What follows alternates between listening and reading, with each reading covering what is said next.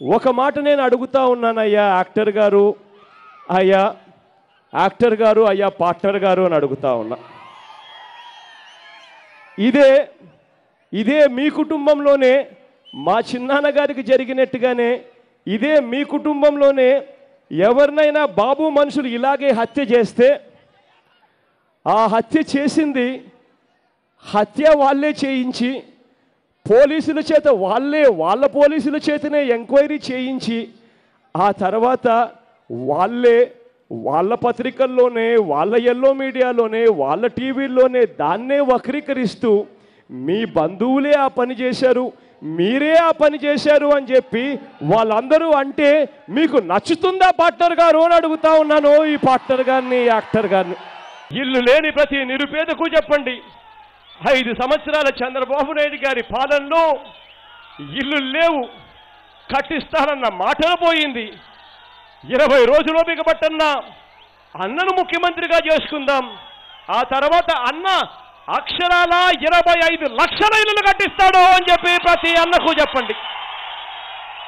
మళ్ళీ రాజన్న రాజ్యంలో ఇల్లులు కట్టడం చూసాం, మళ్ళీ జగనన్నతోనే అది సాధ్యము అని చెప్పి ప్రతి ఇల్లు లేని నిరుపేదకు చెప్పండి. నిన్ననే మీరంతా చూశారు, ఈ రాష్ట్రంలో ప్రజల పాలన ఉందా లేక చంద్రబాబు పెట్టుకు పోలీసుల పాలన ఉందా, మీరంతా సరి ఆలోచన చేయమని అడుగుతా ఉన్నా. ఎన్నికల కోడ్ అమల్లోకి వచ్చిన తర్వాత చంద్రబాబు నాయుడు తనకు కావలసిన అధికారులతో తనకు కావలసిన విధంగా ఆర్డర్లు ఇప్పించుకుంటా ఉన్న అధ్వానమైన పరిస్థితిలో ఇవాళ ఈ రాష్ట్ర వ్యవస్థ ఉంది.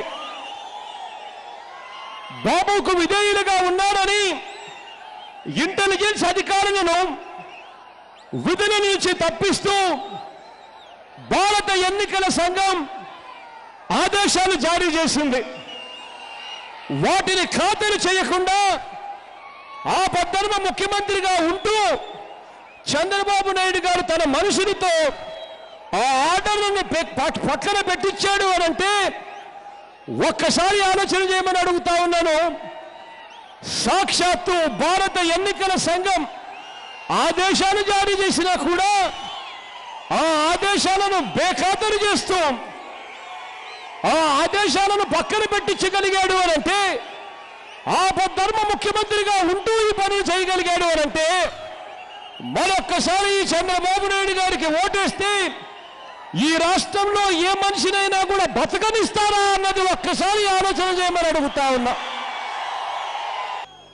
మళ్ళీ ఈసారి పొరపాటున చంద్రబాబు నాయుడు గారికి ఓటు వేస్తే తనను వ్యతిరేకించే వాళ్ళు ఎవరిని కూడా తాను బతకనివ్వడు.